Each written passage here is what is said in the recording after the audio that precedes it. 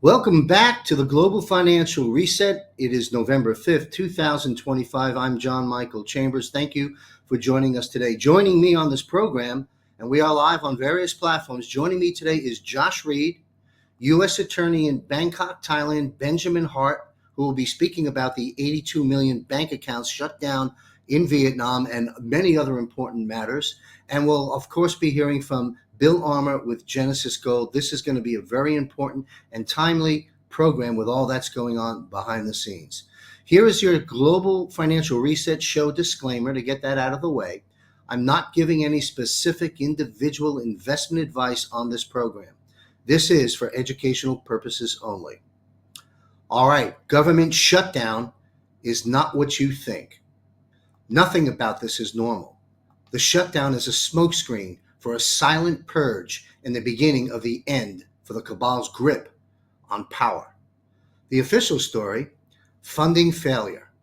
The reality, strategic military operation unfolding under the cover of a shutdown.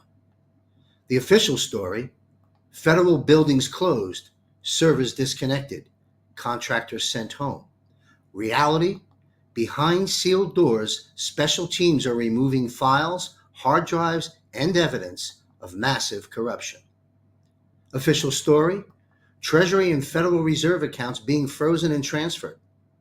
Reality, QFS system already live in parallel mode, testing real-time payments, keyword is testing, and gold-backed credit.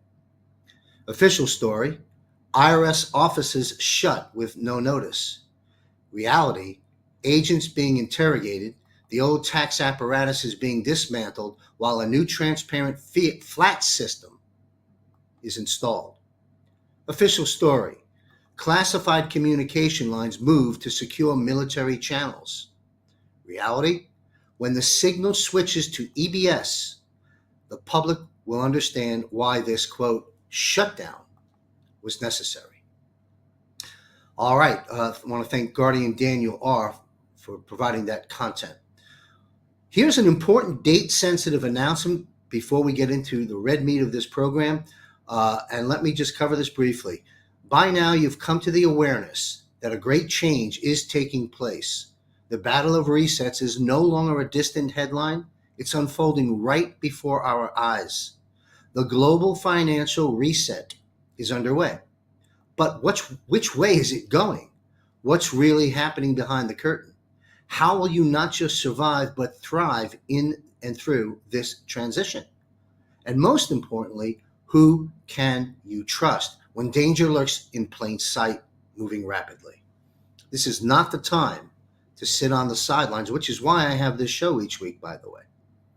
Joining me, John Michael Chambers here, in partnership with Empower 2000. That's the organization, global organization that I'm partnering with for this free masterclass you see on the screen titled Global Financial Reset, Surviving and Thriving the Transition. Mark your calendars, please.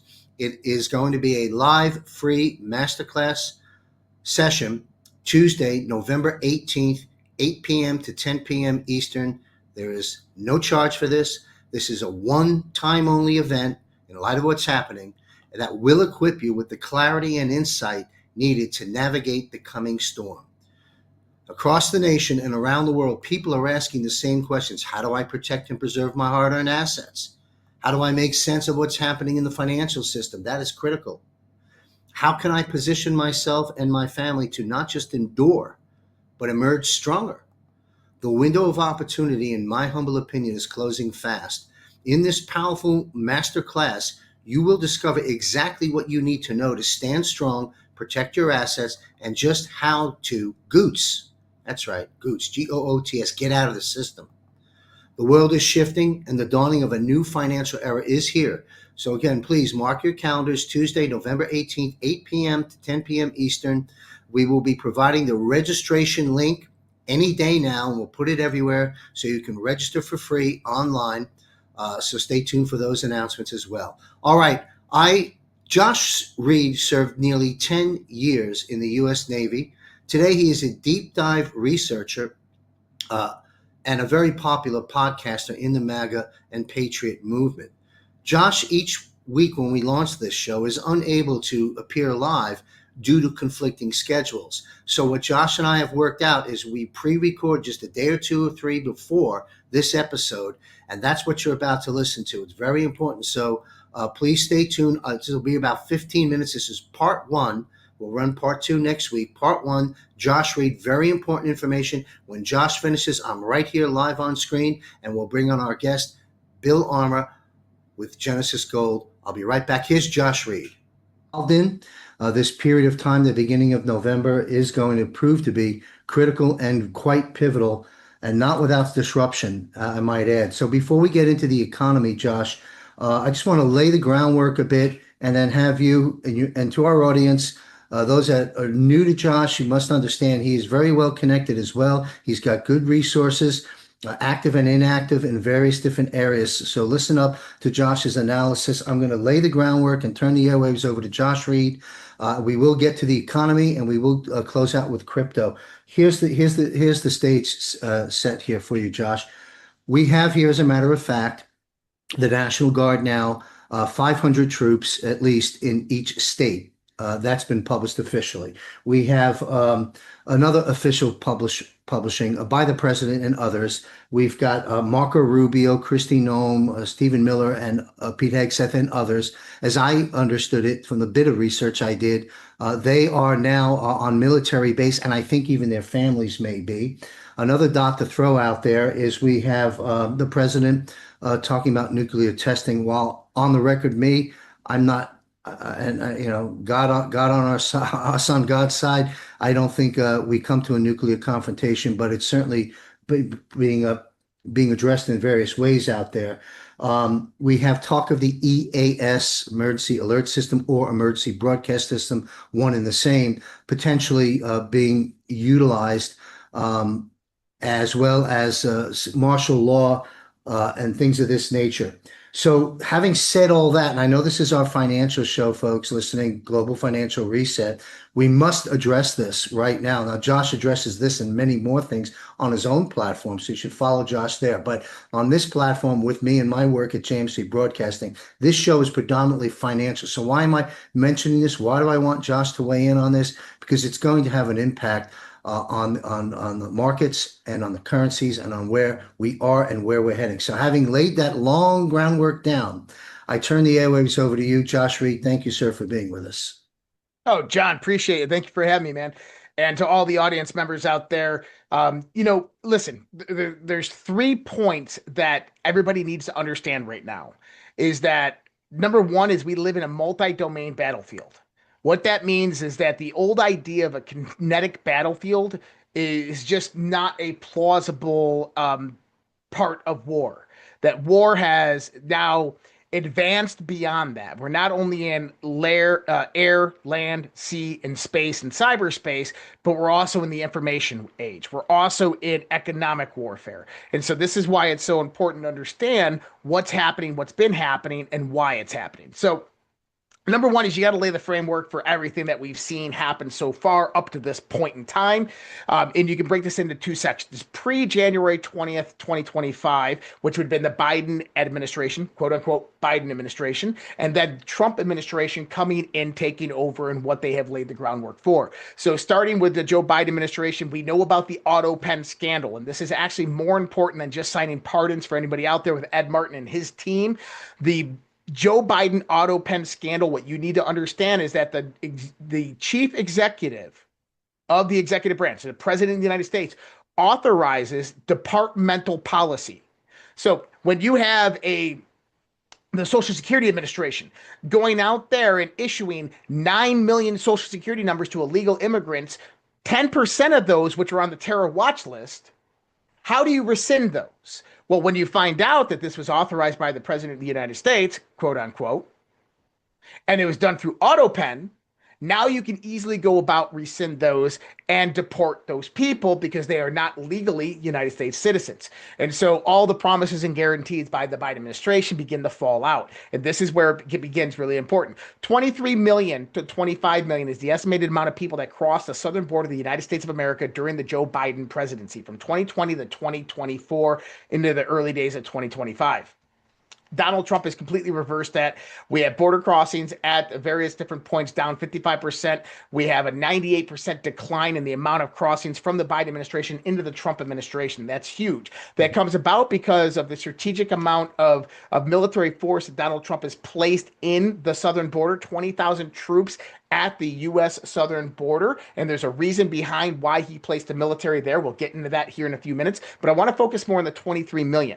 So the 23 million came in up through Darien Gap in Panama. And if anybody's ever been down to Panama, you have the Panama Canal. You have one man-made bridge that connects South America and Central America. It's known as the Bridge of Americas. That connects Panama and Venezuela. Once you cross that bridge, you come on over and you go into the Darien Gap. From the Darien Gap, that's where they would meet the United Nations, they would meet all the NGOs, and then they would begin a trek upwards when they met with cartel members or other traffickers that would take them up to the U.S. border, which is a multi-month trek that they would have to make. But the idea that nobody ever talks about is how the hell did they get into Venezuela in the first place?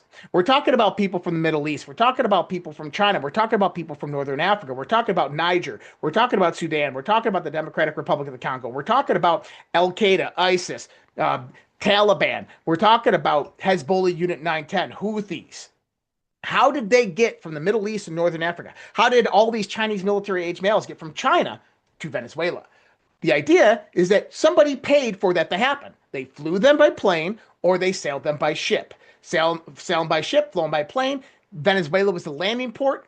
Into the landing port, now you move them through the Bridge of America to the Darien Gap, all the way up to the southern border of the United States of America. There's also another key point. 2011 to 2013 congressional testimony in the United States of America showed that on the Isla Margarita in Venezuela, it's an island just off the side of Venezuela, owned by Venezuela. It's a military port. Since 2011, 2013, they've been training Venezuelan military with Hezbollah Unit 910, the Houthis, and Hamas. And then they were sending Venezuelan troops over to Iran to actually train with the Iranian Revolutionary Guard. Now, the majority of the population of the Muslim community in Isla Margarita and Venezuela actually dispersed from, guess when? 2020 to 2024. Where did they go? They flowed into the United States of America upon the southern border. Todd Bensman, 2022 congressional testimony showed when he worked for the Department of Texas Borders and Customs Protections, and he worked on the intelligence side, that they documented well over 5,000 members of Hezbollah Unit 910. This is the IRGC trained group of Hezbollah flowing over the southern border of Texas by the Biden administration and being paid to go into sanctuary cities, Chicago, New York City, LA, so forth. So when we start to look at this in context, is that the Biden administration imported terrorists from around the world. Not only terrorists, but then Chinese military-age males flowed up through the southern border in Mexico, Arizona and California. Why is that important? Because that was the last part of a plan. Now, you have to understand the globalist plan of what they were trying to do. They wanted to generate a multi-state color revolution all simultaneously at the same time. Didn't matter who's in the presidency, whether it's Trump or Kamala or Biden. The idea behind it is you have protests that come about. The protests turn violent. The cities begin to burn. You have paid agitators that basically begin to produce violence in the streets. You get the National Guard deployed, local law enforcement. They typically can't handle this. If they declared Insurrection Act at the time that the violence and the fires began to happen, it takes 24 to 48 hours to mobilize and deploy the United States military to those areas. By that time, sleeper cells would have already become active. We don't have hundreds, you have thousands of sleeper cell units inside these cities, which means that they would overwhelm local law enforcement and National Guard within the first 24 hours, taking over critical critical infrastructure, National Guard and police armories, and basically crippling these cities and taking over the political centers, command centers for those states. In other words, we would be invaded from the inside, and the majority of the largest states in this country would fall within the first 24 hours. And then that's where the Chinese military age males come in, because then they just rise up, take over the command and control structure, and now they own those portions of the United States, because the rest of the state they don't really care about, because all the centralization of power is in the large cities. So that was the whole plan that they were orchestrating. I call this the firestorm event. We can call this color revolution, whatever you want to call it. This was the plan, and this is actually where we are at right now. Mhm. But now we move into 2020 to 2025. The Trump administration, 2024, 2025, Trump administration comes in. Donald Trump began immediately with economic warfare on various different countries. You remember Israel and Iran. Iran was one of the primary supporters of Chinese oil. Venezuela, one of the primary sources of Chinese oil. Russia, one of the primary sources of Chinese oil. China only has 100 days of oil in their national reserve. This does not include keeping their economy and their people going. That is critical to understand in the idea of global warfare. So Donald Trump goes in there. He makes backdoor deals with Iran. He gets the Israel-Iran conflict to stop. Doesn't give Israel a reason to move forward, but also does a backdoor deal that they're going to reduce the amount of oil that is going out to China. And then eventually sanctions will be lifted, and they'll partner with Qatar, and be able to enter their oil into OPEC under the guise. And this is actually what Iran has been doing, because as much as we see the rhetoric on the front end, on the back end, they're actually under the control of Donald Trump. And then we also have the other Arab nations out there, Qatar, UAE, Saudi Arabia, which makes up OPEC, which is one of the largest oil producers in the world that sells to the global supply. And China has basically been cut off from them if China ever wages war in the United States of America, and that includes sleeper cells in the United States of America. So that is the first part. The second part goes down over to Venezuela. Venezuela is one of the massive, what I call autonomous zones in the world. This is a hub for radical terrorists to basically begin to deploy towards the United States of America. China was building up military components under there under the guise of the Belt and Roads Initiative. This happened through Colombia, Peru, Ecuador, Brazil, and China was building up massive, taking over all the ports. This is why they own the Panama Canal.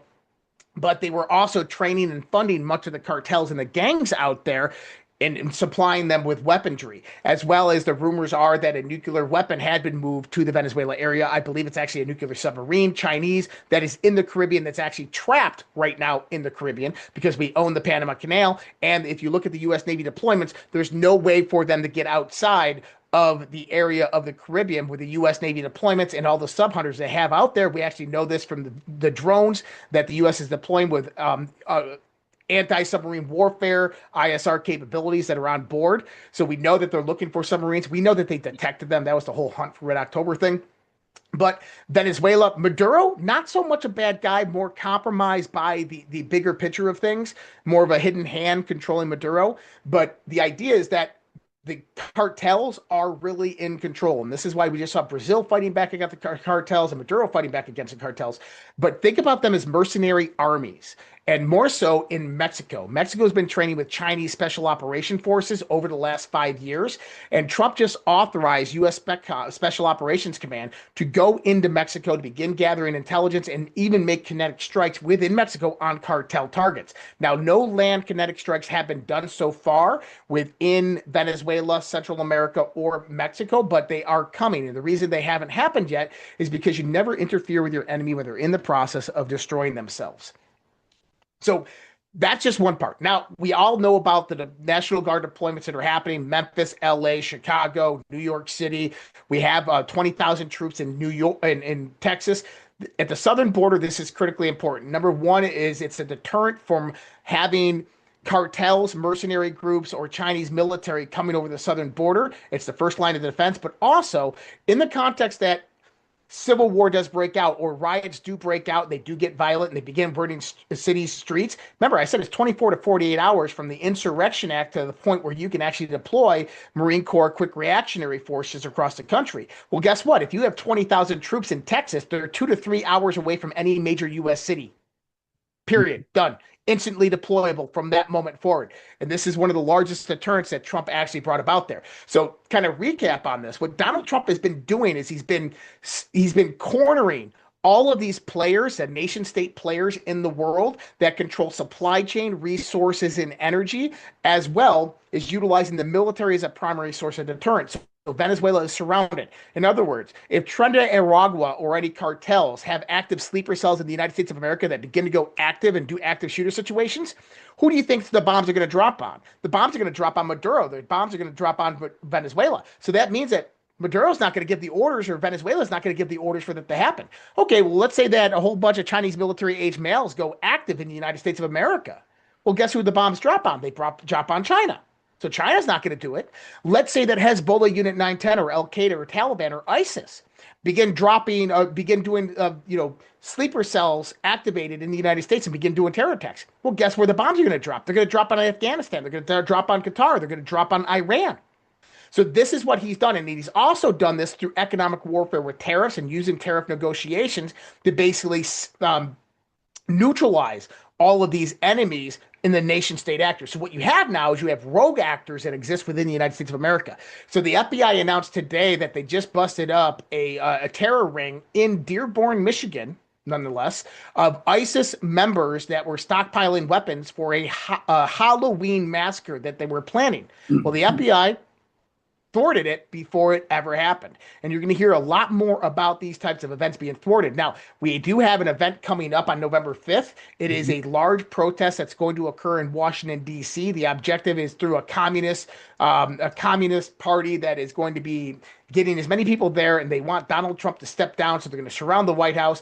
I don't think that this is going to go very far. Donald Trump has the Insurrection Act on his desk. I believe that from my sources, he's already initialized war, but it's not a congressional declaration of war. It's more of a legal framework of war. And how it works is with various different types of laws that are pertinent to this. So you have National Security Directive 138, 159, two national security directives to look into.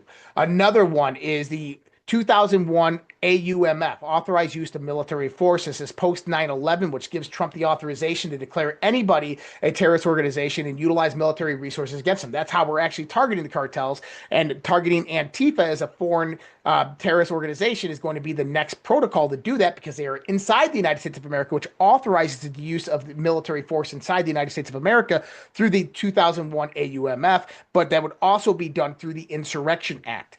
So the Insurrection Act is really the next key piece of this puzzle, and I do believe that we are days, if not a few weeks, away from that actually happening.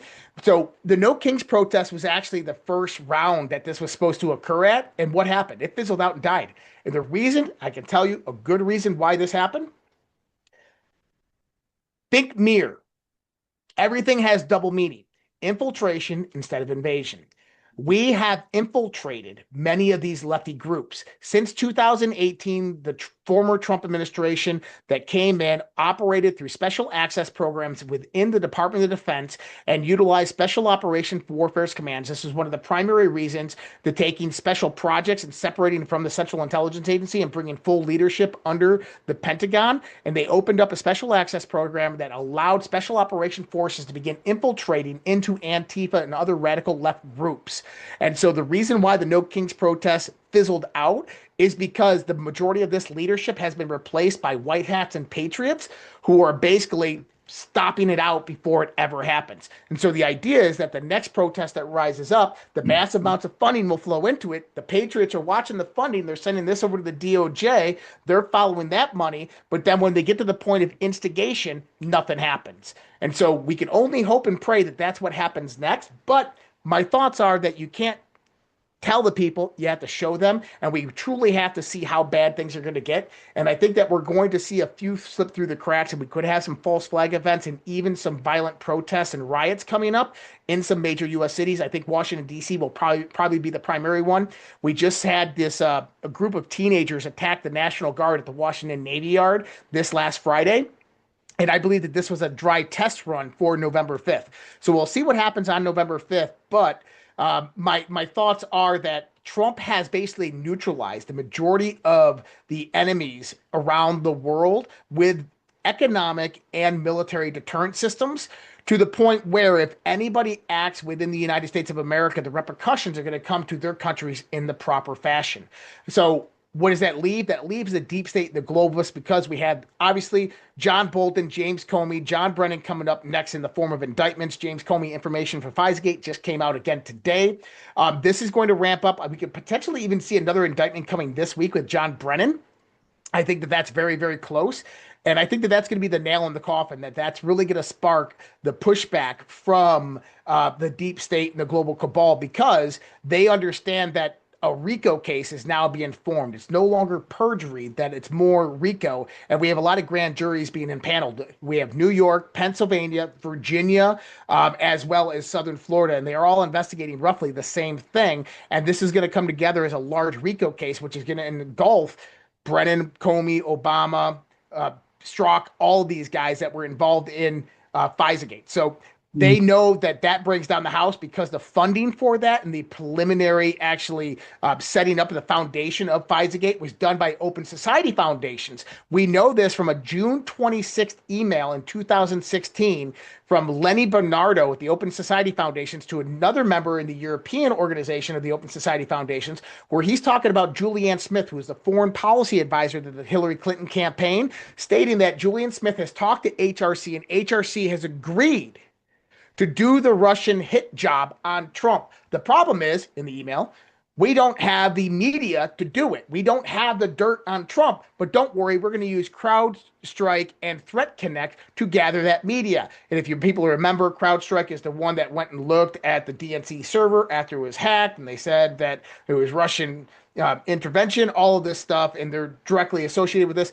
Interestingly enough, the day that that email went out by Lenny Bernardo with the Open Society Foundations is the same day that Bill Clinton met with Loretta Lynch on the Phoenix Airport tarmac, known as the tarmac meeting, where he promised Loretta Lynch a Supreme Court seat if she dropped the email case against Hillary Clinton. Donald Trump has said this before, prior to being president, that Hillary Clinton should know about confession because she spent the July 4th weekend with FBI Director James Comey. Well, that was the week after the Clinton tarmac meeting. And then on July 7th that month, she was with Barack Obama on a campaign to North Carolina on Air Force One. And then only 27 days later, Peter Strzok, the lead investigator in the Hillary Clinton email investigation, drops the case and immediately picks up the Russiagate case against Donald Trump. The August 4th meeting comes about right after this, with Brennan, John Kerry, Joe Biden, Obama, Susan Rice, all of them present, to where they plot FISAgate and open up FISA warrants against the Trump campaign officials. And this births it all off.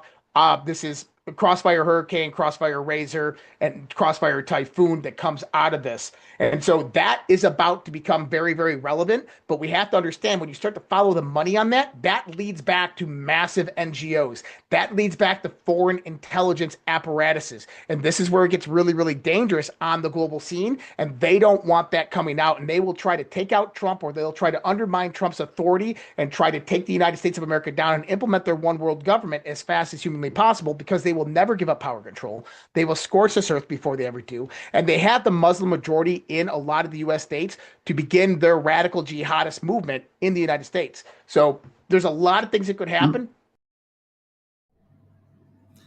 Thank you, Josh Reed. And Josh, part 2 of that intense discussion will broadcast next week. Bill Armour has built a unique career combining vocational ministry and expertise in the precious metals industry, equipping him to bridge faith-based perspectives with practical wisdom in stewardship and in business. Originally from Tucson, Arizona, Bill Armour spent 8 years serving in the U.S. Army Reserves. Thereafter, he went on to attend Azusa Pacific University, a Christian school in Southern California, with a focus in Christian ministry and biblical studies. Bill is a precious metals expert and a director at Genesis Gold. Welcome back to the GFR. Thanks for being here. Good to see you, Bill Armour. Happy to be back. A lot to talk about, so I'm looking forward to getting into it. You bet. And by the way, to our audience, when Bill and I conclude, we are going to hear from a U.S. attorney in Bangkok, Thailand, to talk about what Bill reported some weeks back, the 82 million Vietnamese banks accounts of the citizens that were just shut down and the reasons why. And Benjamin Hart's going to talk about a lot more than that. We'll run part one of that a little bit later. Bill, I have a lot of questions for you because I feel we're entering a very critical stage right now on the geopolitical landscape, this global defense war. There is so much happening we don't know about, things we speculate about, and things that are clearly unfolding. Before I get into some questions that I think are very important for everyone listening, why don't you open up with anything that you'd like to address first, perhaps in the precious metals area or in the economic field? Yeah, absolutely. I would say there's three big things that we could talk about, at least that I would bring up to people. The first that I get a lot of questions about right now is just the little bit of a retraction we had in gold and silver. So gold touched about 4,300. It's about 4,000 now. Silver into the low 50s, about 48 now. So they came down a little bit. And people say, there's always the fear here whenever anything drops a little bit that, could this be more? But I want to just provide some context for what that really looks like. So in the last 12 months, gold is up 46%. Silver is up 49%. So 50% in the last 12 months. And that's after this recent retraction. And even more context, about 6 months ago here, we saw this same pattern. End of April, beginning of May, gold was up to about 3,400. And it dropped down to about 3,200. And people said, okay, does this feel like a top or, whatnot? And percentage wise, that's pretty similar to what we've seen here. That 3,200 pullback, it went back up to 3,400, then came back to 3,200. And then that was obviously before. Now today we're sitting at 4,000. So that's another 25% it climbed. So seeing this we call this consolidation. This consolidation is a very good sign for long-term price movement in metals. It's a thing we love to see. We don't want it to just scream up forever and ever because there's really no defined new bottom. So this provides us with sort of a new bottom on what gold is. So also a great point of entry for a lot of people that have been kind of waiting for some of this, and not trying to catch it on as it's been just a rocket ship up, giving a little bit of a platform for new people to jump on, as there's so many that want to. So that would be kind of the first thing. Silver percentage wise on all of that is pretty comparable in moving up, taking a little step back, and then consolidating before what most experts in this field would see as another 25% run or so in the foreseeable future. So a little bit of context on there. The other two big just newsworthy stories. One, many people have listened to us. They've probably heard about the big buyers, the central banks buying gold. That's United States, Russia, China. But there's been a fourth player that has started to really catch up in the gold market, and that's India. So India just reported their gold numbers here. They had a surge of about an 80% increase in the amount of gold they're importing. They're now importing over 100 tons per month, which starts to put them online with many of these other major players. So now there's not a 3-team arms race for gold. There's a 4-team arms race. And keep in mind for the viewers that India is another one of, with Russia and China, those BRICS nations. So they continue to stockpile gold at rates we've never seen. And frankly, now they've just added another huge buyer to that. So you've really got 3 countries here. The U.S. isn't buying, more than 3 separate major countries combined. We're buying a lot, but it is interesting to see that there's starting to become this. You've seen it with nuclear weapons in the past. Now you see it with gold. This is sort of the financial warfare. Who can get their hands on the gold? Historically, that's been who is a successful economy, a successful nation. So interesting to note there. And then finally, this kind of maybe tells you why India and other places are doing this. Is there's a bit of some bond news that came out just earlier today.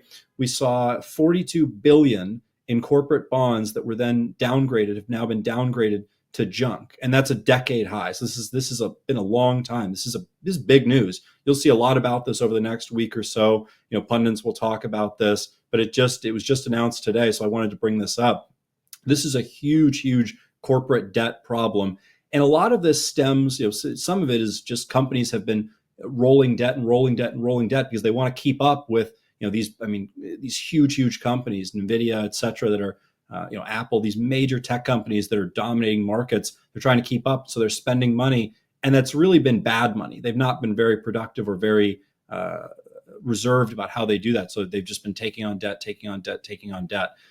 So really, what does that mean in plain English then? It means that companies are rolling their debt for higher interest. And eventually they can't keep up. Many of them can't keep up. And so the rating agencies that rate the quality of these bonds are saying these are not investment grade anymore, that these are basically junk, that these are garbage. And when these debt markets start to shake, smart money starts to look for assets that don't need anybody else paying them back. They look for a safe haven, and that's obviously gold and silver. And that would give a very good context on what other major countries and major players are doing, which is purchasing gold and silver. So, not a theory. The bond market is blinking red, and it's saying exactly what we're all feeling, which is that the system is under strain. You need to get something real. Wow, thanks, Bill. You unpacked quite a bit there. I took a few notes, some follow up on that, and then I've got some questions I'd like to have you address. Going backwards, starting where you just finished off, the bonds. This is a red alert, folks, because your traditional stock broker portfolio designs, your financial advisors, gonna do a blend of stocks and bonds. By and large, that's kind of what it is, and so the bonds, of course, were to be more safe than stocks, less volatile, and the bonds were, of course, there to designed to perhaps trigger returns for you. Well, guess what? If the bond market's beginning to hemorrhage and collapse, we got a big problem there, folks. And I'll tell you what, Bill's in very good company with reporting this information, because didn't speak with recently, but heard a bit from Gerald Celente out of New York, the trends forecaster, commenting on the bond debacle. But also, I did speak at length with Juan O'Savin, on air and off air. He alerted us a long time ago that this moment that Bill's reporting was going to happen. Well, it's begun. And so please go to the wealthcoachuniversity.com website, look for a little blue tab, hit the advisor scorecard, get that out of the way, and then go ahead and start to make moves. All right, number two, you spoke about, India and other countries, gobbling up gold. Well, yeah, of course. And he who has the gold has economic strength. To that point, how many plane loads of gold did we take out from the tunnels under the Vatican, where we don't know where it is, but we speculate Cheyenne Mountain? This has been reported by many people on the GFR and on my military panels. So there's a lot going on here, folks. Lastly, coming back, Bill, full circle to what you opened up with about the retraction, the healthy retraction in gold and silver, and of course, into putting things into perspective even after this, which we're still probably in the tail end of, in my opinion, retraction. We're still up 50% year to date. So that's really putting into perspective. And lastly, when folks listening, if you look at a graph, and the graphs can easily be acquired in many places, you're in a screaming affluence trend for 20 years in gold and silver. Screaming affluence, trending on up just like this, right? So, but what you're going to have during that period is what Bill is talking about. 2 steps forward, 1 step back. 2 steps forward, 1 step back. That's where we are right now on the 1 step back. It is a buying opportunity. Anyway, thanks for all that, Bill. I want to set the stage and ask you some important questions. Mm-hmm. I have other shows to our audience and to you, Bill, as well, and I know you're aware of this, that I publish and produce and host. I do Juan O'Savin. And from these other shows that I do, Global Defense Board, Military Panel, Eyes on Gitmo, Conversations of Consequence, I get to interview a lot of people. And experts in military and intelligence and economics, people like Juan O'Savin, retired Lieutenant Colonel Ricardo Bossi out of Australia, retired Lieutenant Colonel Tom Lennox, of course, here at home in the U.S., retired CIA Navy SEAL Michael Jaco. I just spoke with Patrick Byrne yesterday. Everyone should know that name, on Conversations of Consequence. And I'm connecting the dots on all this for a moment as it relates to what we're discussing in this very program. Benjamin Hart, where we're going to hear from after our segment today, Bill, attorney in Bangkok. Economist Kirk Elliott, good friend of mine for 15 years. Gerald Celente, economist out of New York. Jim Willey, who we've had on the show. All of these people, military intelligence and economic experts, in their respective areas, all of them agree on one thing, that the systems are being reset. There is danger. You've alerted to some of that in the bond market, and that's just one of many dangers. The systems are being reset. There is danger, and we are in that critical zone, in my opinion, right now. All these gentlemen that I just mentioned, they all agree, for individuals with assets, those of you listening to this broadcast that have assets to protect, those individuals I just spoke about all agree that for individuals with assets to protect, to get into both bullion, physical, tangible, very carefully chosen words, bullion, physical, tangible, gold and silver, as well as guns and land, dirt, and for those of faith to pray to Almighty God. So the common theme here is they've identified the same problems we're discussing, and these gentlemen are also telling everyone the solution for right now that they're recommending is gold and guns. So while you're not in the gun business, Bill, you are in the. I'm sure you're own some weapons, but you are in the gold and silver business, and I'm sure you own some gold. So, what are your views about this that I just stated, and why are these military intelligence and economist experts urging people to act now and buy precious metals? What's your view of that, and why are they saying this? Yeah, great question. So I would kind of think of it, this is the analogy I would give is if you knew a plumber and they came up to you and said, hey, all of the pipes in your house are in really bad shape. The plumbing is a mess. You're in trouble. These could burst any day. You probably on a daily basis don't see that. Or maybe you see slight things, you notice the faucet's not running great, but little things, but you're not going to see the full extent of that. These people that you've mentioned that what they all have in common is that they are seeing these pipes up close all the time. And there is an understanding that the entire sort of piping structure, that would be the entire financial structure of our country, is going to change and going to change dramatically. And if that's a surprise to you, and if you've not prepared for that, then it's going to be a rude awakening because you're not going to have taken the steps that are necessary to protect yourself. I mean, think about if all of a sudden, all the piping in your house started bursting, your house would flood, it would be a disaster. Now, if you could insulate yourself from that, protect yourself from that, that would be a tremendous step to take.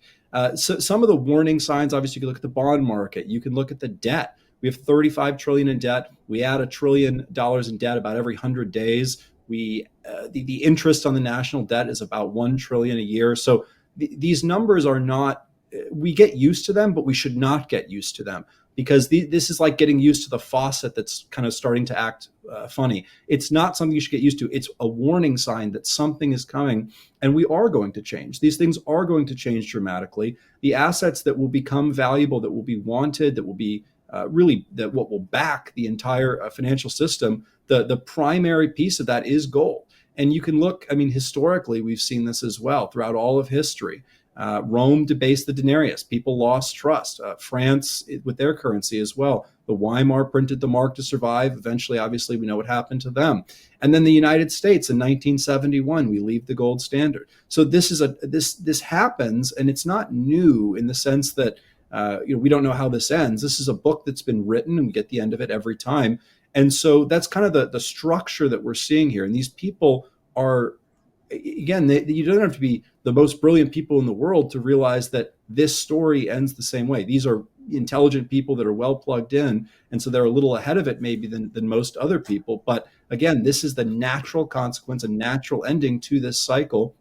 And once those pipes are removed and changed over, you're going to want the thing that those back. You're not going to want dollars or Fed notes that back nothing, that are printed on good faith and trust in a system that has been corrupt. The Fed, I don't have to talk too much about that, I hope, for most of for the listeners here. But I would just say history. You can even look back. Historically with kings, you could think about how it didn't just move. They hoarded their wealth in the form of gold because it blasts beyond just that individual into the next person. So the pattern is very simple. Man creates paper, they overuse it, confidence breaks, they reach for something real, gold and silver, tangibles, and then eventually they start handing out gold and silver as they make that transition to something new. So right now, while the debt is blowing out, I tell people, hold what, and we can talk more about this, but hold what was instituted by God to be currency, that is gold. Hold what kings held, hold the thing that outlived Rome, France, the Weimar, and will outlive the financial system that has existed in the United States. That's a brilliant analysis, Bill, and you've got a good way of explaining complex matters in a simple way that each and every one of us can relate to and understand. You're 100% accurate there. I'll contribute to that briefly. I don't have the numbers in front of me, but you touched on it earlier. Fiat currencies, such as the one we have with the Federal Reserve note, the money as debt, that fiat currency, they don't last ever through history. That's just a fact. They never last. And we've already exceeded the historical timeline of how long these currencies last. We're into 115 years or whatever it's been. It's coming to an end. Folks who are listening to the show, some of you are newly aboard. Good. Well, we're waking you up. It's good. And we're not just piling on the concerns. We're raising the concerns. We will pile on a course correction for you to consider in a moment. But for those that are well informed and been following, let's call it the MAGA podcaster patriot world, certainly been following me, you folks know where we are right now. We are at the point where our fiat digital currency is going down, as the old expression goes, by the way of the dodo bird. It is over, folks. It's a currency supremacy war that we will win. And what we're dealing with right now are the gyrations and the fluidity in the currency supremacy war. But it's coming to an end, folks. You want to be on the right side of this piece of history.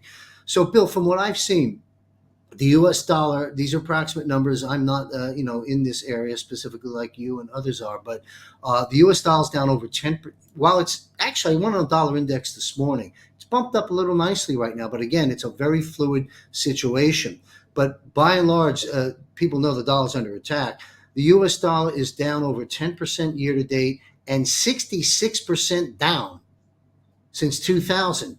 At the same time, where gold and silver has gone parabolical on up during that same period of time. So it's really an interesting set of things for people to look at. I mean, the writing is very clear.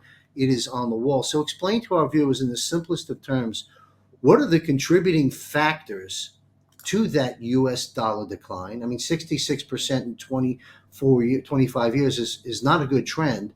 And year to date, over 10%. What are the contributing factors to the decline of the U.S. dollar? And of course, what is the best way to hedge against that declining dollar and why? Very important stuff, folks. Yeah, absolutely. And I would say that it's very rare. It doesn't really happen to see the world reserve currency take these kinds of dips. Largely a world reserve currency, i.e. the dollar, it tends to be resilient against this kind of thing. So seeing these big drops is, again, it's a warning sign. So that 10, 11% against other currencies, that's a warning sign. If you go back to 2000, a dollar from 2000 now buys about 60 cents on the dollar of what it did since then. So you're getting close to about half of what it did just 25 years ago. And that continues, right? That's over time. And we've seen this massive degradation of the dollar through and through. And people feel that. I mean, people look around how expensive everything is. We feel that on a daily basis. And really what's happening, obviously, is that's theft. That's being the greater printing of money. The debt is being created, and they're stealing, quietly, stealthily. For a lot of people don't realize that, but that is what's happening.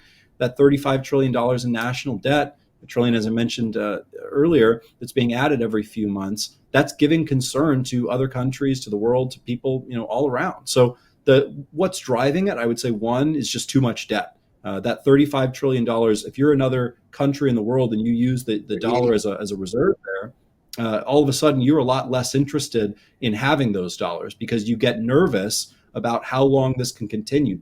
We're not the only ones that have access to history books. Other countries have seen, especially in Europe, they've seen that happen many times. So they look across the pond to us and they say it's a familiar story. Another one I would say is just too much printing, kind of to allude to that a minute ago. But as they continue to create more dollars, your dollar becomes worth less. And those other countries that have dollars, they say, we don't really want to keep these dollars if you're going to effectively be stealing from us. We want to do something else. And that brings me to the third piece, which is less demand. So about more than 30 countries, getting close to 40 now, have done or deeply explored non-dollar trade in the last couple years. So that could be energy, commodities. Obviously, most of the people listening have heard about Saudi and how they have moved away from dollars to settle the petrol exchange. That was a big deal. But this is happening across the board in less sort of Hollywood ways than maybe just the petrol dollar. Across the board, we're seeing this. So all in all, if demand softens, they don't want the dollar. It's kind of like, okay, well, who wants it? No one. And so there's this continuous retraction that's occurring because of a lot of the policy decisions that have been made and the theft that's been sort of perpetrated by the United States for so long.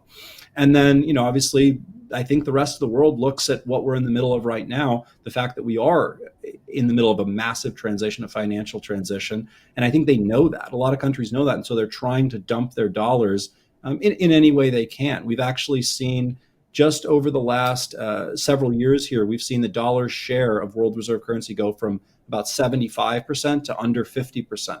So that means that they found other ways. They got gold, a lot of different things, but they're getting rid of their dollars at a pretty alarming rate. So to kind of tie this all back, what does that mean? It means that they're putting that, instead of having dollars, they're having gold. They're being, we're seeing 1,000 tons bought year over year from these massive central banks of gold. And that would be the hedge. The hedge is get to an asset that is not in the middle of this debt crisis, i.e. physical assets, i.e. physical gold and silver. Another great analysis, 3 or 4 reasons why these mechanics are unfolding before our very eyes. And what I want to say to our audience, because I know some folks are thinking, well, I don't have to worry about it. Trump's got everything under control. Well, you know what? Ultimately, we will have everything under control. And yes, these are competing currencies, and President Trump does have a plan to rescue the U.S. dollar. We've talked about that, you and I, Bill. We've talked about it on this broadcast with other guests and on other shows I host. So I'm not ignorant to, I'm speaking to the audience here, I'm not ignorant to this issue. But what I am trying to raise is, right now, en route to that glorious day, is the danger zone. No one's looking out for you. Nobody. They're not running a full-page ad on the New York Times saying this is what you need to do because of this, that, and the other thing. We're doing that. Get out of the system, okay? Please visit wealthcoachuniversity.com. It's all free, 10 free modules. Get the education and get moving. Well, Bill, while we do not definitively have all the data we need at this time concerning the reset that we're discussing and the parallel competing economies and systems, having said that, I'll state this. There is a new U.S. Treasury dollar, asset-backed, people-owned, quantum verified.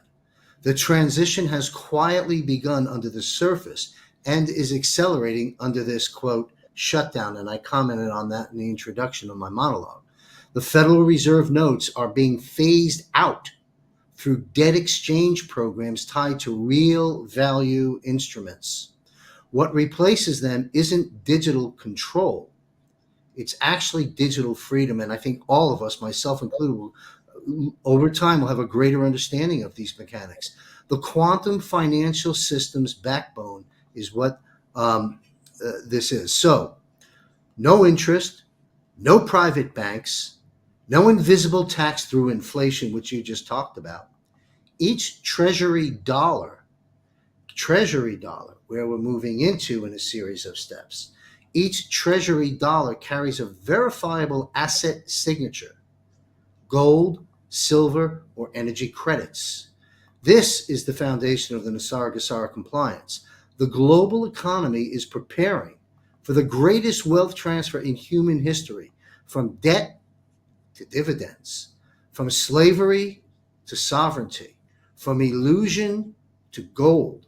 Gold is God's money, and to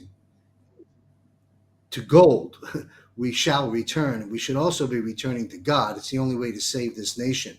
Bill, how would you care to weigh in on this commentary and analysis that I've just provided, and give us some history of gold? You touched on it before, gold dating back to the kings, and then please paint a clear picture of the biblical principles concerning wealth and gold. Let's get back to God and gold. Let's do that for a moment.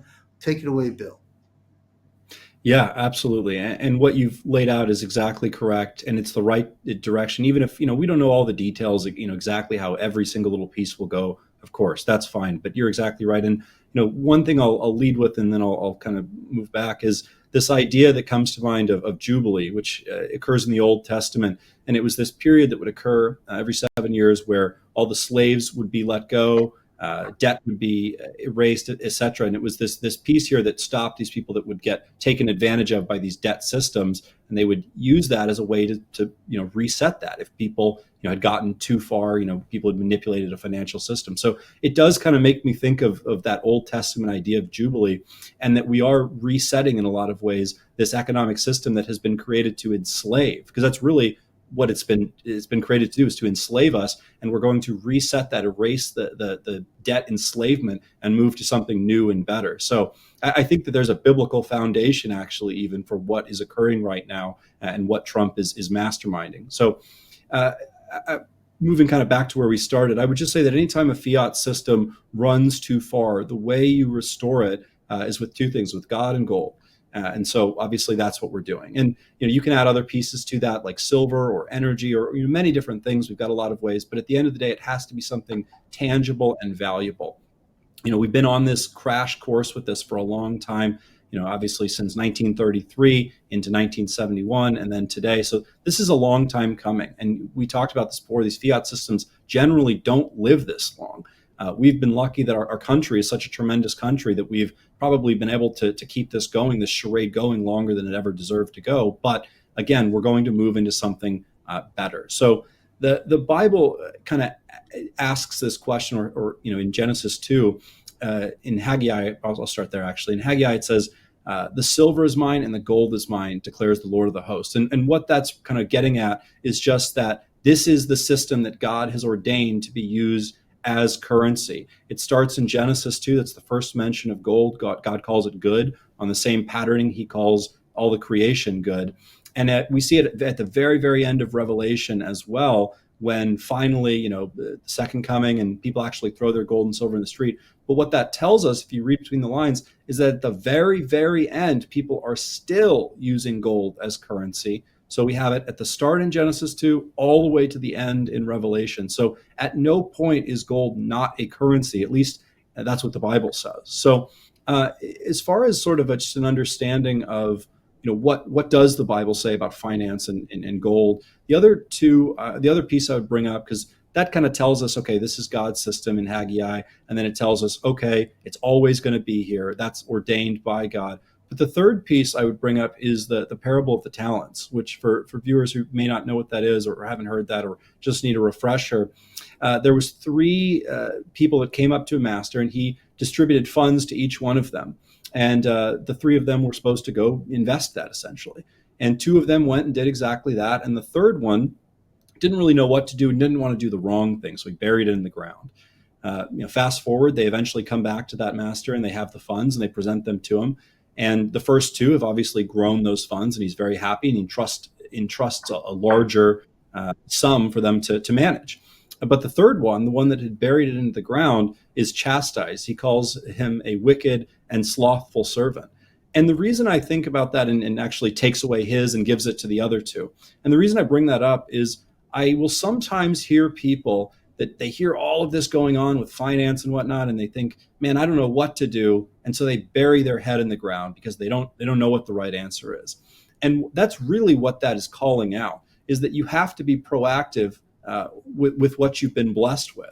And you have to be proactive in protecting, growing, etc. That. So sometimes there can be a feeling amongst people of, well, this is just a lot to think about and I'm not quite there. And I would say that's actually condemned in Scripture, that people are told to be proactive on that. So that's just kind of a biblical overview of gold and silver.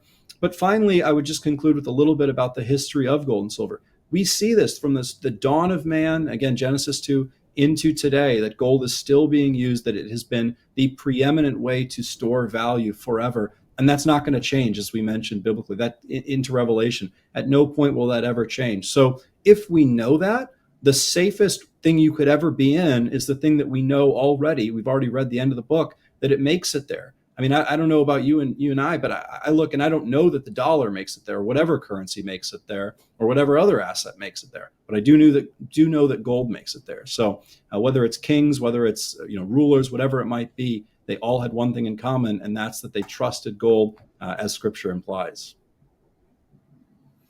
Yeah, I think of 4 Gs, not in any particular order, but God, gold, guns, and ground. There you have it. And when you do that, you get grounded. So buy gold, buy silver, buy right now, but buyer beware. Bill, what are some of the things our viewers need to be made aware of? The landmines, the pitfalls in the largely unregulated industry, at least presently. What are some of the pitfalls that you can make people aware of? Just a couple, three, if you will, before they acquire gold and silver, because it is a tricky playing field.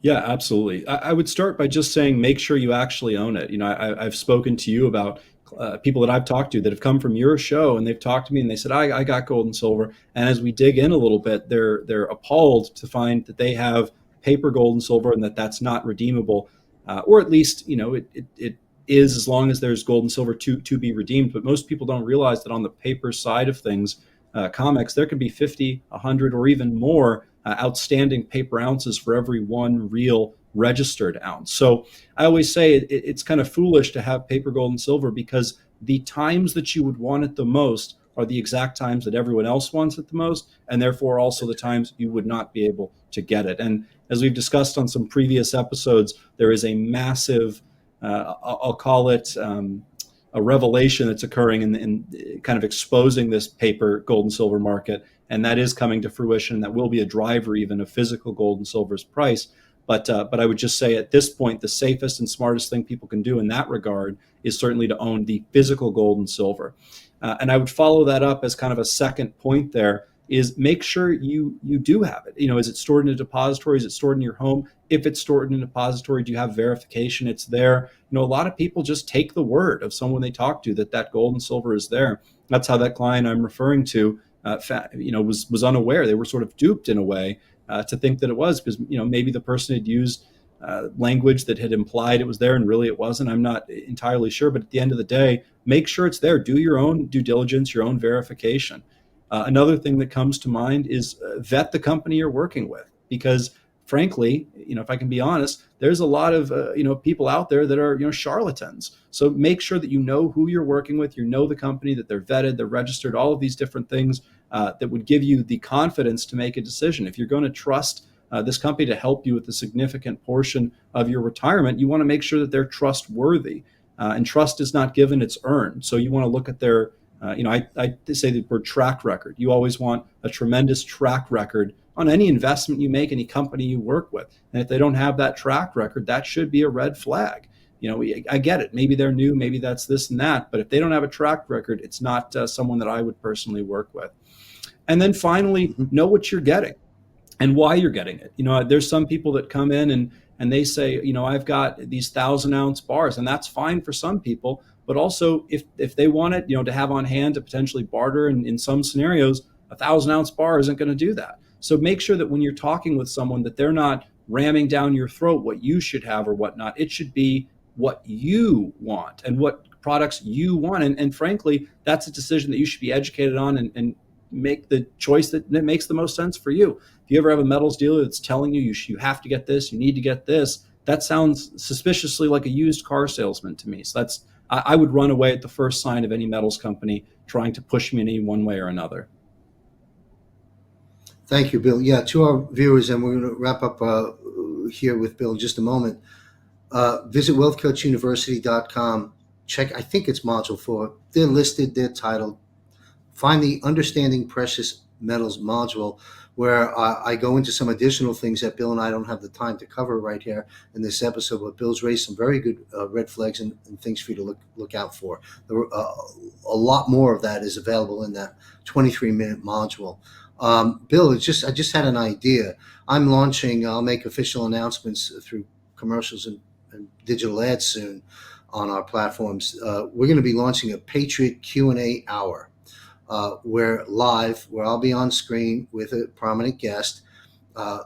Password protected. It's through a premium portal. We'll get into the detail later, but I'd like to invite you to one of those episodes at one point so the public can ask you all the questions that they're sitting on right now live and get the questions answered straight from you in one of our Patriot power hours, if you will, live Q&A.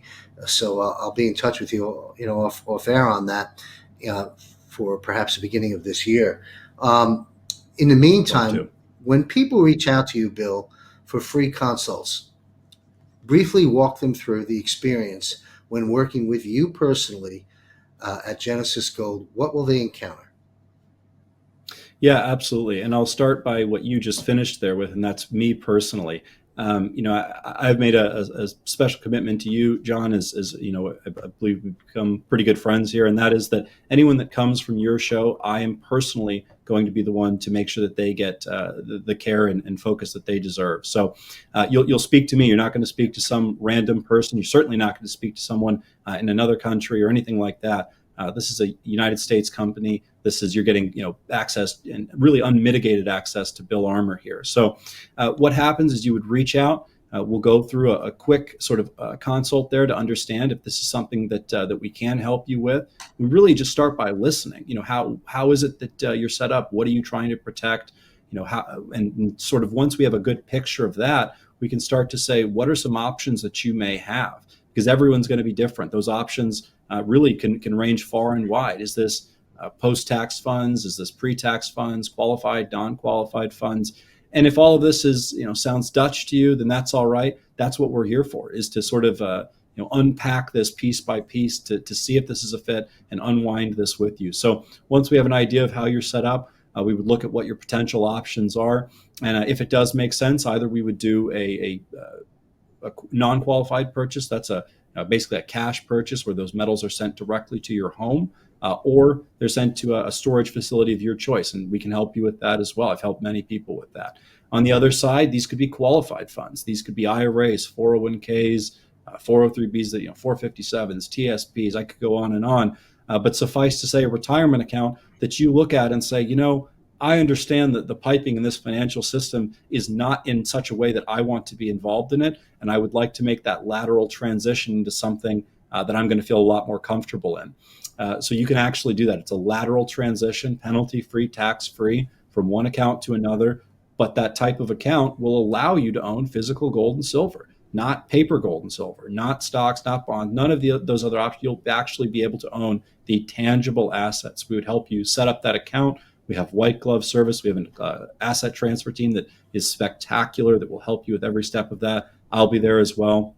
And it's a finicky process, I'll say that, but luckily they're incredibly talented and incredibly well-versed, as well as myself. And so we can make that transition very, very seamless. So once we get that transition done, we do a full, and generally during that process, a full metals explanation where we'll go through, probably some of the stuff you see in Module 4 that John talks about, as well as many other things. We'll provide a comprehensive education so people have the understanding that, again, they're not just saying, well, Bill, what do I get? You'll know what it is that you want and why you want it. And then from there, you can make that decision, and we'll help procure those metals. We ship them into either a depository, again, or directly to you, depending on the circumstance. So from there, we'll touch base, at least quarterly here to go over, what's gone on in the metals world and how that pertains to you. And life continues to happen. And so as things change, we may have, gold might go up and may want to reroute to silver. All of those are options that we can talk about and options that you'll have direct access to me for. Great. Thanks a lot, Bill. What comes to my mind, sort of tongue in cheek, a little fun here. I'm asking our viewers, become a wise guy. What do I mean by that? Well, what I mean is knowledge is key. Applied knowledge is wisdom. So become one of the wise guys. Become a person of wisdom. But please, in all seriousness, folks, there's a couple of 3 things I'll leave you with, because this show is not for spectators only.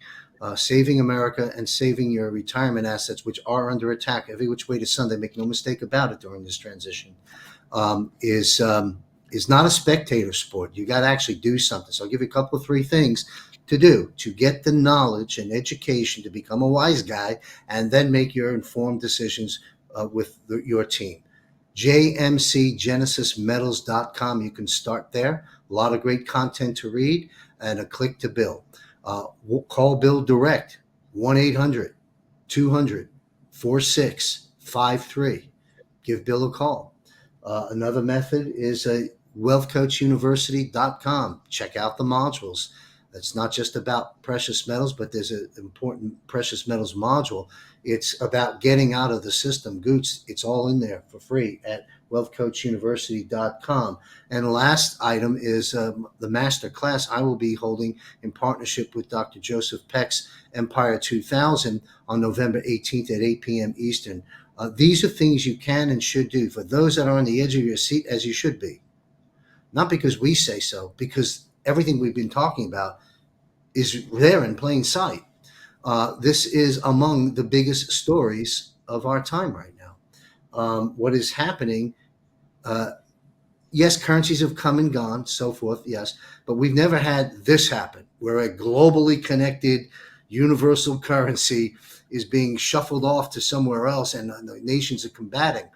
That's never happened, certainly not at this level. So we've given you 3 or 4 ways to get off the couch, not be a spectator, take proaction, get the education, surround yourself with like-minded people who have expertise in the area you need help in, and then take your steps. Those that want to move fast, just give Bill a call, 1-800-200-4653, and I've provided some other methods. I want to thank you, Bill, very much for your knowledge and your great communication skills in being able to walk me and our audience through what is going on, both the good, the bad, and the ugly. Thank you very much, Bill Armour. We'll see you a week after next back here on the GFR. Thank you, sir.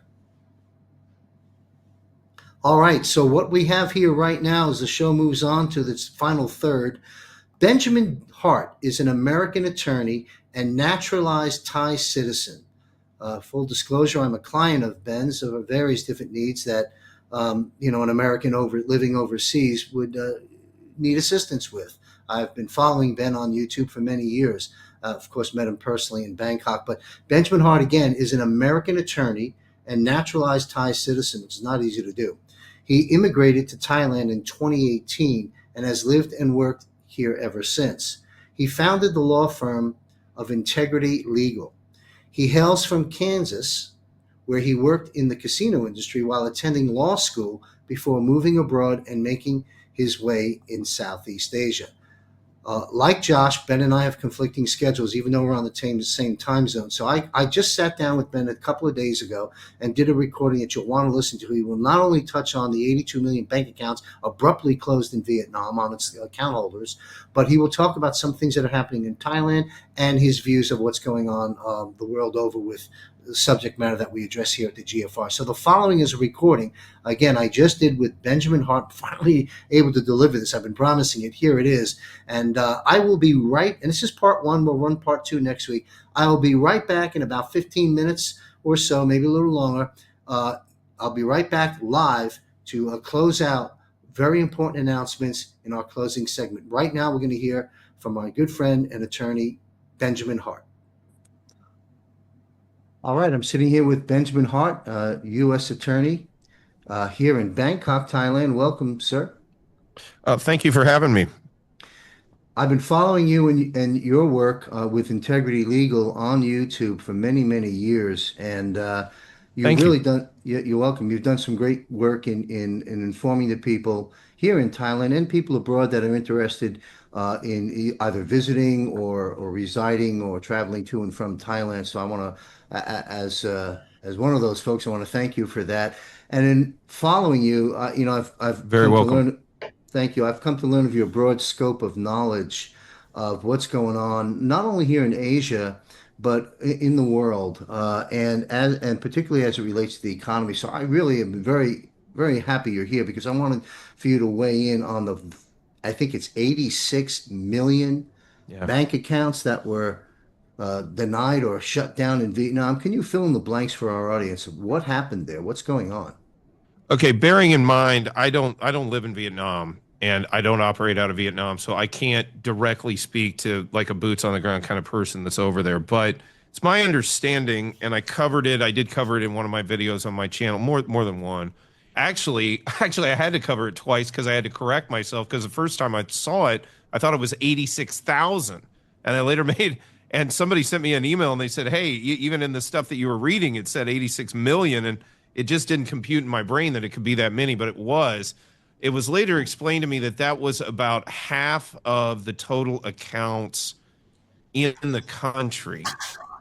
So of all the bank accounts, they had basically gone in and frozen up half. Now, what somebody explained to me though was there were a lot of corporate accounts, defunct accounts, accounts that had not been used in a very, very long time. Now, if you want to take an analog to that in Thailand, years back they actually changed the rules in Thailand regarding when bank accounts basically become like forfeit or the bank's property, because up to that point there just was no law, and they finally made one.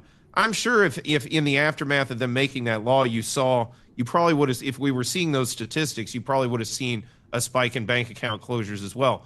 The reason I bring it up is it looks to me like they were implementing a broad set of measures, and they may have had some backlog, all of these defunct accounts that had just built up over the years. That could be some of it too. I'm just speculating there. That said, it's clearly pretty Orwellian and it's creepy. And we've seen a lot of this banking stuff throughout Southeast Asia. I'm seeing it here in Thailand. Unfortunately, I've been hoping it would roll back somewhat. Frankly, since this new government has come in, I do have signs of hope that, yeah, they're going to roll back on some of this stuff. But yeah, they've been pushing for OECD out here in Southeast Asia, specifically Thailand. And, I hesitate to bring them up right out of the gate, but there's a lot of World Economic Forum talk out here. At least there was in the last government. We just recently had a major change over here politically, but it all seems to be stemming from that. And Vietnam seems to have been affected in that way. We're dealing with our own sort of manifestation of it over here in Thailand. Yes, I'm aware of it. I was chatting with you prior to coming on. I don't know how much detail you want to get into, but there was a particular Sure. bank here in Thailand at one of the We can popular leave names out, I think. Sure, sure. One of the popular malls, Yeah. and where they in Thailand, to our audience, the banking is all usually typically on one floor, and so anyway, there's 200 or 300 people online, coming out of the Yeah. branch into the mall, and I was curious as to what's going on there. If you can share any insights to that, because that's right here at home. I'm in Thailand, as you well know. Sure. Yeah, me too. The look, to my mind, it's a confluence of a few things. One, to be clear, this primarily pertains to digital banking. Now, I was fascinated myself personally because I'm about as analog a banker or a banking consumer as you can get. Now that said, I've got a pretty good size operation here and it has its own functionality. But me personally, I don't really love online banking all that much, let alone digital banking. So I never was all that involved in it personally. That said, virtually everybody out here, and I especially know the new breed of expat, is very much digital banking connected. In fact, it's kind of their lifeline to existing in Thailand in many ways. I mean, and I don't mean that in the pejorative. I just mean, if you came in here in the last 10 years, I mean, digital banking is going to be far more integral to your existence than my first 5 years. It's just something that wasn't there. In any event, the only point I'm trying to make, it only pertains to digital banking, but that pertains to a lot of people, and they're taking biometrics. They want facial recognition scans associated with banking. Now they're saying even Thais have to do these facial recognition scans if the amount of money you're trying to transfer is over a certain amount. You have to like scan your own face and do all of this stuff. It's pretty Orwellian. It's pretty creepy stuff. I don't like it. Yeah, I understand. I don't care for it much either, and some of the other guests that I've had on the variety of shows is really, it seems, at least certainly in America, and I think throughout the world, we'll get into this in a moment, that we're heading into things even further sophisticated than this in the currency world. So let's talk about the currencies. What do you see happening with currencies, banking controls you just talked about here in Asia, as well as in the Western world, but The U.S. dollar, as you know, is under attack from the expanding BRICS nations. I think it had a little bump up this week, but generally it's been down about 10% year to date, as I understand. And Yeah. it's not a secret that they don't want to trade in the petrodollar anymore, and that's in unison with like 100 nations or something. So, Yeah. and then there's talk of uh, the stable coin into a quantum Mm. financial system ultimately. Now may happen in a series of steps. What do you know about this? What Mm. do you speculate on, and what are your opinions about this? And is this worldwide? Is this making its way into Asia as well? Oddly enough, I would start with the stable coins, even though I'm not a real. I kind of like to think of myself in the same line of thinking as like David Collum, that professor from Cornell, where he talks about how he's not against Bitcoin, but he's just kind of the jury's still out with him. So on crypto, specifically Bitcoin, whatever, that's kind of my stance on it. Now, the stable coin thing is a different thing, though. And what I Okay. mean to say is, not to go too far afield here, but he's worth bearing mentioning, and I always believe in credit where credit is due. Bill Cooper actually talked about this a million years ago in the 90s in like old talk radio and stuff like that. The guy that wrote the book, Behold the Pale Horse, he actually talked about there would come a moment when they would have so many times hypothecated the debt and all of this stuff that they would have to get us over into digital tokens Hmm. effectively. And that would be the only way to continue to sell the BS, because we're really at an outer limit here of believing numbers. When it comes to like national debt issues, and you hear these numbers that they're banding about of in monetary terms, dollar terms, that they're banding about tech companies to buy this and that. And then you think about the people that are at the bottom levels of the socioeconomic strata, and they are having real problems making ends meet on very little amounts of money. What I'm saying is there's like a bipolarization that occurs within the currency system toward what I would call the end of a given financial system. The last time we saw this on this magnitude, in this magnitude, was at the end of the USSR. Where, and if you read a book, there's a book out there called The Oligarchs about the end of the USSR. And it talks about this occurring in the banking system where the cash ruble and the ledger ruble, as they called it at the time, became so attenuated from one another that the system no longer made a great deal of sense. Going back to Bill Cooper, and this is what we're seeing in this current state of play with the system, is they see this too. There is kind of this unraveling happening. They need a sink for inflation. They need a place to lay off certain action. And at the same time, the currency is becoming internally attenuated, is the only way I can put it, where the ones and zeros don't make any sense. The ones and zero money, the ledger money doesn't make any real sense in terms of the real world. They're talking $200 billion for data centers and things, and these kind of numbers. The average person on the street, they don't even think anywhere near that. That happened at the end of the Soviet Union with the ruble, and the system went sideways over it. Point I'm trying to make is they're trying to use it as both an inflation sink and a way of shifting the paradigm, if you will, to getting us to think in these digital assets, which I'm not saying anything against digital assets, but what are they at the end of the day? They're only online. They don't exist offline. They don't want us thinking in a real world way when it comes to high finance sometimes, and this is one of those times, I think. Yes, you're right about here. They are talking about hundreds of billions of dollars, and the average person on the streets is trying to buy lunch. Exactly. So there's a big Exactly. disconnect there. Yeah, and you're now just to jump into it a little bit more before I move on to some other economic related issues. The dollar itself, of course, as you well know, we've got that was hijacked in 1913 with the Federal Reserve Act to some extent. And now, And they've been dragging the body along ever since. Yeah. absolutely, well said. That's what's happening, but I think that that's changing. So I'll come back to the currency in a minute. But since we're there, we might as well talk about the elephant in the room, and that being Jerome Powell, the Federal Reserve. The President Donald Trump has made some changes, even back in 2020, shifting powers away from the Fed into the Treasury, and beginning a series of steps that to me looks like, and just the fun that his social media director and one of his chief of staff, Dan Scavino, is doing on social media, uh, you know, abolish the Fed. President Trump himself has said, I don't think we need a federal income tax. We've got the External Revenue Service. So I see some great changes taking place, some subtly, some not so subtly, since 2020 regarding moves. It looks to me as though we're dismantling the Federal Reserve and dismantling the IRS, at least as we know it. What are your comments about that?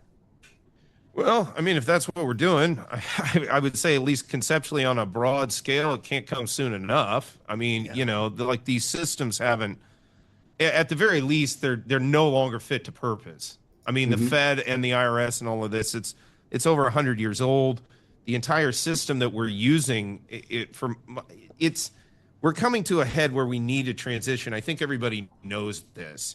Yes. The big question is, what do we do with it? I've often heard that initial nationalization and then basically a wind down and conversion back to constitutional legality, which I have my own issues with the Federal Reserve Act, but fine, put those aside from a legal standpoint purely, just conceptually put the, money creation power back where it belongs constitutionally with Congress, and let's move on.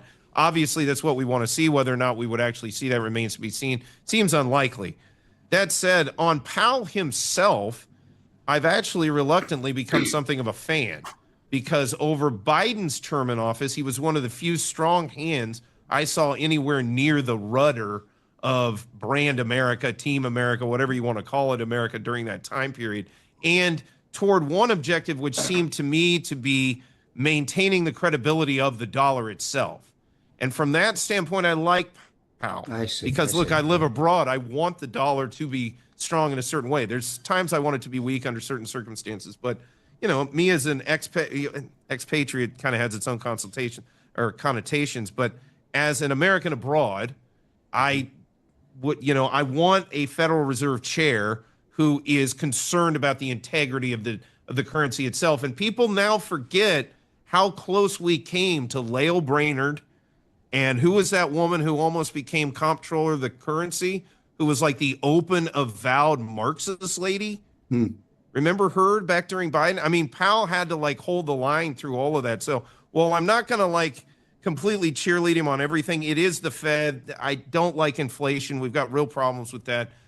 Him as I think he's pretty well done as good a job as could have been done under all these circumstances. That's how I look at Powell himself. How about the interest rate issue? President Trump and Jerome Powell have been battling it out, dueling it out in the public square in various different ways. Certainly, the president has been having some fun with it, calling Jerome Powell too late Powell. I would say too little, too late, because it looks like interest rates should have been dropping. What's your take on the interest rate situation? And I think as we speak, Powell's about to make a move on that. I don't. I've lived abroad for almost 18 years. So what I think, very much the interest rates are going to have a tremendous impact domestically in the United States. And what is called for under current circumstances, I have a hard time saying what I think would be called for in a policy sense. I mean, my personal opinion is they probably, I think the market should govern ultimately. That's my conceptual thinking on it, because look, everything we've done since quantitative easing has warped the monetary system, and in many ways that people don't even really attribute to, especially money printing, it's warped our societies. A perfect example of this is I'll attribute it to Dave Collin for bringing this to my attention, but could we have had the COVID shutdowns if the Fed wasn't bankrolling it, bailing everybody out? Could we have done that? Another question, it's more on a broader timeline, but would corporate DEI, or at least the incredibly over-the-top corporate DEI that we sometimes hear about, could that exist in a world where money is not so distorted, where it's an honest exchange of value? And would all of that exist in that kind of an economy? And so I would say, with regard to interest rates, with regard to everything associated with Fed policy, it all goes back to 2008. We've got to figure out a way of going back and rectifying that problem at its source and stop doing all of that. But I don't know that that's doable at this point. I mean, we're really entering a phase of American economics or economic history, if you want to call it that, looking forward and looking backward, sort of, if you will, the that we I'm not sure we're ready for as Americans in certain ways, economically. And I don't know if we're ready to handle it. It's going to be interesting. It's going to be a change in paradigm in how, because look, you can't keep inflating forever. That system eventually reverts to the mean, as it were. And Yes. if as that happens, the societal impact of that, again, we have some evidence of what it looks like. And again, the end of the Soviet Union, as the British transitioned, to no longer having the world's reserve in after the Second World War, primarily is when it happened acutely, and kind of the spike of it being kind of the Suez Crisis. In any event, I don't know that our current thinking even about money is really the right way to think about things, especially moving into the next. And that brings in BRICS and sort of some other ramifications or some other implications associated with that. Well, what we think I see happening is the U.S. dollar. President Trump has said against the BRICS nations when he was just before he got reelected in the 2024 election. He stated, in paraphrasing, but basically, over my dead body, that you're not going to take my U.S. dollar down. And U.S. Yeah, yeah. yeah, and so I see us eventually, if we're dismantling the Federal Reserve, we're going to be getting away from the money as debt, the Federal Reserve funny Yes. money debt note, and replacing it by strengthening the U.S. dollar. All the individuals I've been speaking to stating we're going to back it by gold again, which is constitutional, weights and measures, and other commodities, perhaps silver and other things, resources and such. And that stabilizes the dollar so it's not overthrown or dethroned. Now, of course, getting from where we are to where we got to be is going to be one hell of a journey. But that's where it looks like we're heading. And then that becomes some sort of a stable coin in the QFS. But before we get to that, Mhm. as we strengthen the dollar by backing it constitutionally as it once was, do you have any speculations or ideas about all those holding treasury notes, like, investors that buy T-bills and T-bonds, that are under Fed money? When this Hmm. transitions over, is that a dollar for dollar transition? I mean, do they take it? Do they get a haircut? Do they get shellacked? I mean, what could happen? There's a lot of money in T-bills and T-bonds. Well, this all comes back, I think, conceptually to the very notion, as you said, and Trump. And this is where one of the things I like on Trump is he's a hardcore. Yeah, no, the dollar, the integrity of the dollar, Mhm. the power. I don't like to use the word power, but the credibility Mhm. of the dollar is the most important thing. And again, I think that when we look at that, what we will see in the longer term, I can't speculate on what's going to happen with treasury debt and things of that nature in the immediate term. But in the longer term, I think the main thing as we transition through this that we need to remember with regard to the dollar is maintenance of credibility. And as long as what we're doing is okay, if we discount this or do that or whatever happens, whatever we Mhm. decide to do, as long as we can maintain its credibility as a trade currency, I don't see any reason why we're gonna. I've said for a long time, I don't view this as zero sum. I don't think the rest of the world's going to start eating our lunch. No, the rest of the world, especially BRICS, the BRICS area, what Halford McKinder referred to as the world island, it's integrating and consolidating industrially. Forget all the politics. They are interacting more than they've ever interacted before economically. The pie is getting bigger, is what I'm saying. It's not a Mhm. matter of having to take anybody else's piece. The overall pie gets bigger, and the dollar area or the dollar as a trade currency will maintain its relative position as others, come in and start having more interaction in the international economic arena moving forward. So the short answer to your question is as long as they maintain the credibility of the dollar, I think everything's going to turn out okay overall. Well, that's encouraging, and we're hopefully taking a series of steps to rebuild the confidence in the dollar that's been kind of banged around in these recent years, certainly under the auto pen presidency of Joe Biden. Uh, Yeah. very interesting. I'm glad I thought to ask you this. President Trump, as you know, was in our backyard this week in Mhm. Malaysia, Japan. I Yep. think he's in the Philippines today. And of course, he was instrumental, it seems, to have brought about the ceasefire and the peace treaty between Cambodia and Thailand in terms of the war and such. Uh-huh. What do you think he's doing here? He doesn't do things on a whim. He's strategically going around the very Philippines has a lot of resources over there. They don't seem to have that figured out yet in terms of how to harvest it and create a stable economy over there. But there's a lot going on. And then, of course, he ends up in China with Xi pulling the tariff deals away. Look, what's your comment about this recent and current trip of the president here in Asia? What's he trying to do? I think Trump, okay, Doug Casey said something about Donald Trump that has always stuck with me. He said Donald Trump is a cultural conservative insofar as he wants America to be America. He understands the America that we think of as America. What I think of as like, it's the movies we grew up with as a kid. I mean, he's in some of them as a cameo and things of that nature. Right. Like he believes in Americana, brand America, whatever you want to call, whatever else you want to say about Trump. He does like that. He likes being an American.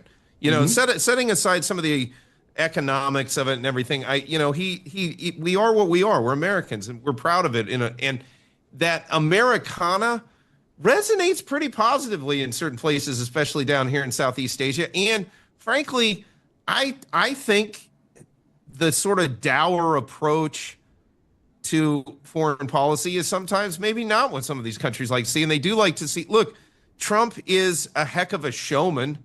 And I'm not saying it's all show. As you say, there's nothing unintelligent about Donald Trump by any stretch of the imagination, but he is a heck of a showman.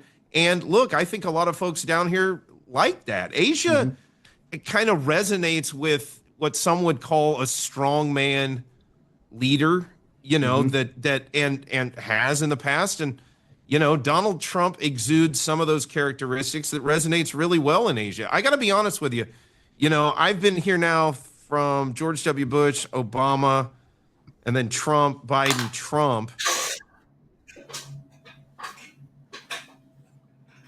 All right, I'm back. Thank you, Benjamin Hart from Bangkok, Thailand. We will listen to part two, where we go into some new territory with the attorney. So, as we witness the greatest financial reset in history, prepare for a new era free from the shadow and control of the cabal. The future is bright and it does belong to us, not the corrupt elite. And in summary, we are mid transitioning. We have not yet arrived. What's occurring during this transition? Danger. This is, in fact, the danger zone on the economic and financial battlefield. Freedom is up to us, so take some steps. There is tremendous opportunity to prosper right now. Strategies, models, and proposed solutions will be defined within the pages of this book you see on the screen, just published on Amazon, Barnes & Noble, and other places. You can also find it on my website. This is indeed a must-read book, which should be shared with others. The Global Financial Reset, hardback and softback. All right, so as we wrap up this show, Ricardo Bosi is a show I do, Bosi Briefs, every other Monday, 6 p.m. Eastern, where Ricardo and I recap the events of the last week or two, making sense of it. Some call Ricardo Bosi the Wano Savant of Australia. Certainly a great hero and a great man we can all learn from to help us navigate this storm that we're in. Also, Eyes on Gitmo. This is a monthly broadcast. We'll be doing our third episode later this week. Maybe we have an image of Eyes on Gitmo. This is Wano Savant joining us, Lieutenant Colonel Matt Meck. I think retired Brigadier General Blaine Holt will be on the next episode, and I think a fourth guest is being worked in. Power panel, Eyes on Gitmo is what we'll be focusing on, and some additional wartime analysis. Also, last announcement, we have Will Barney joining me next week on the Global Financial Reset Show. We're introducing Will Barney of Enoch Global Solutions. We'll also be hearing again from Benjamin Hart, part 2 of the interview you just saw part 1 of. We'll have that next week.